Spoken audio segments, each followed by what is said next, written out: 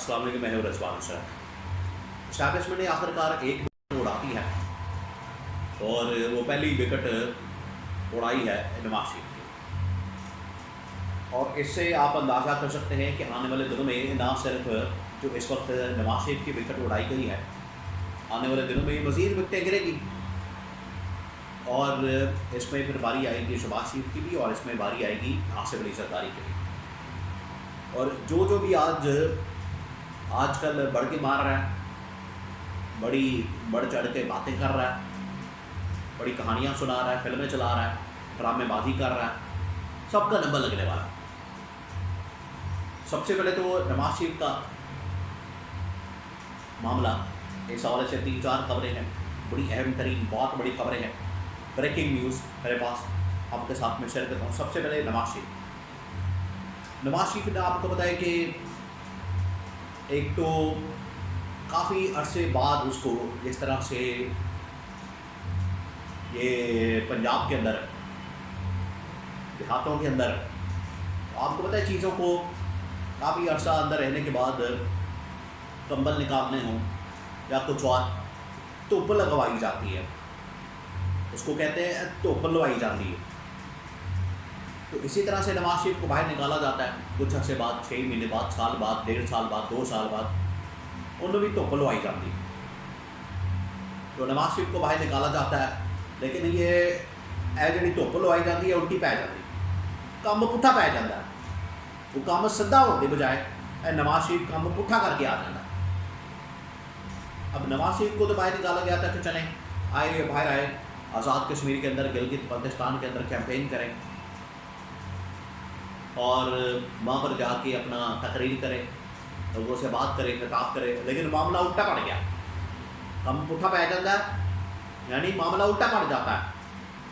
नवाज शरीफ ने जाके वहाँ पर वही कहानियाँ, फिल्में, ड्रामे, मुझे क्यों निकाला, मुझे क्यों डाला, मुझे कौन लाया, मुझे वज़ीर आज़म क्यों नहीं बनाया, ये है उसका दिमागी मसला। ये दिमागी मसला बन गया है नवाज शरीफ का, इस वक्त दिमागी मसला बन गया है। अब जरा इमेजिन करेंगे, ये 2016-17 की बात है, 10 साल पहले, और लोग कितना आगे चले गए। 2026 आ गया है, 2 इलेक्शन निकल गए हैं, 2018 का इलेक्शन, 24 का इलेक्शन, कई हुकूमतें आ गई, कई हुकूमतें चली गई।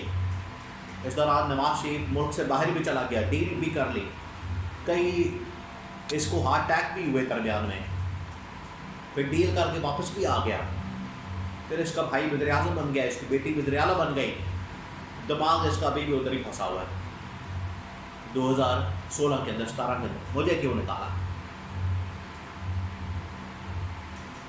ये वैसे आजकल अजीबोगरीब इनका मामला है कि बिलावल और जरदारी दोनों को बेनज़ीर के कातिल नहीं मिले, दोनों हुकूमत के अंदर हैं। इन्होंने पहले भी हुकूमतें की, बेनज़ीर के कातिल नहीं ढूंढ सके, आज फिर ये गवर्नमेंट के अंदर मौजूद है, बेनज़ीर के कातिल निकले, पता ही नहीं चला किसने मारा। और यही नवाज शरीफ का हाल है, उसे पता ही नहीं है कि मुझे क्यों निकाला और किसने निकाला। वही आप दोनों गवर्नमेंट के अंदर हुकूमत के अंदर है और इनको पता है मिसने बन के बैठे हुए। थोड़ी हिम्मत करें, जुर्रत दिखाएं।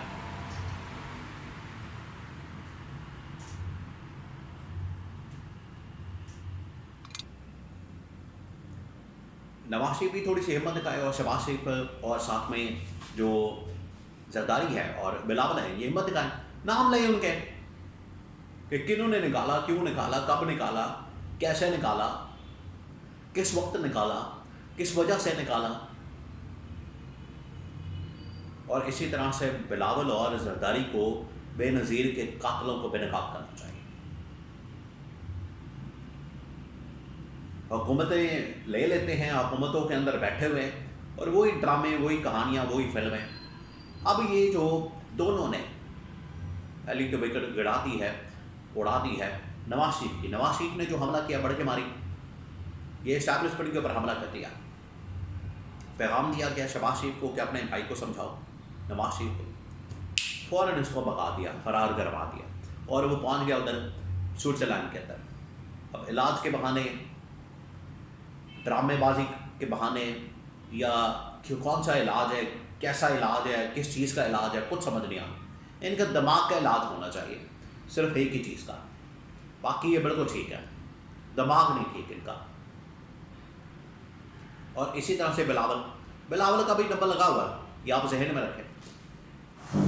बिलावल का नंबर लगा हुआ है, बिलावल की बारी लगी हुई है, और बिलावल की जब बारी आएगी पूरी दुनिया को पता चलेगा। उसकी वजह यह कि बिलावल ने भी जाके इसी तरह की बढ़ के बारी वहाँ पर इसी तरह की उसने बातें की,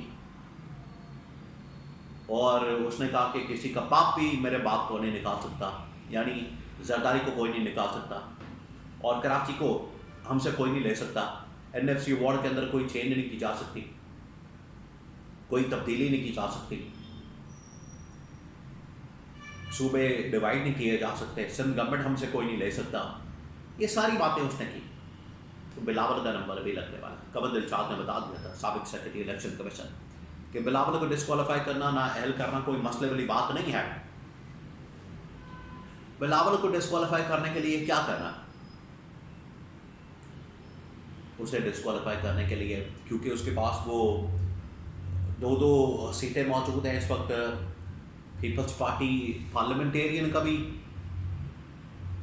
को चेयरमैन है, और पाकिस्तान पीपल्स पार्टी का भी वो सरबरा, दोनों का सरबरा बन के बैठा हुआ, मंजी डाक नाले चोपड़ियाँ नाले दो। ये एक पॉइंट है ऐसा, अगर इसको अदालत के अंदर चैलेंज कर दिया जाए 2 मिनटों में खारिज हो जाए, डिस्क्वालीफाई हो जाए, 5 साल के लिए नाअहल हो जाए। और इसी तरह से शहबाज शेख और जरदारी, इनको कारकर्दगी की बुनियाद के ऊपर, परफॉर्मेंस की बुनियाद के ऊपर किसी वक्त भी निकाला जा सकता है, बड़ी आसानी के साथ, दूध में से बाल की तरह पकड़ के मक्खी की तरह बाहर निकाल दिया जाए, कोई मसले वाली बात नहीं है। ये अब इनके साथ होने जा रही है। ये ज़रा इंतज़ार करें चंद दिन के लिए, कुछ टाइम के लिए, 1 महीना अब इनको समझे मिल गया, 1 महीना ये जो मिला, ये सारे इसी तरह से दौड़ेंगे, भागेंगे मुल्क से, क्योंकि एहतसाब से इनकी जान जाती है। लूट मार का पैसा नहीं वापस करेंगे ये लोग, चमड़ी चली जाए दमड़ी ना जाए, ये लूट मार का पैसा उसके ऊपर कॉम्प्रोमाइज़ नहीं कर सकते।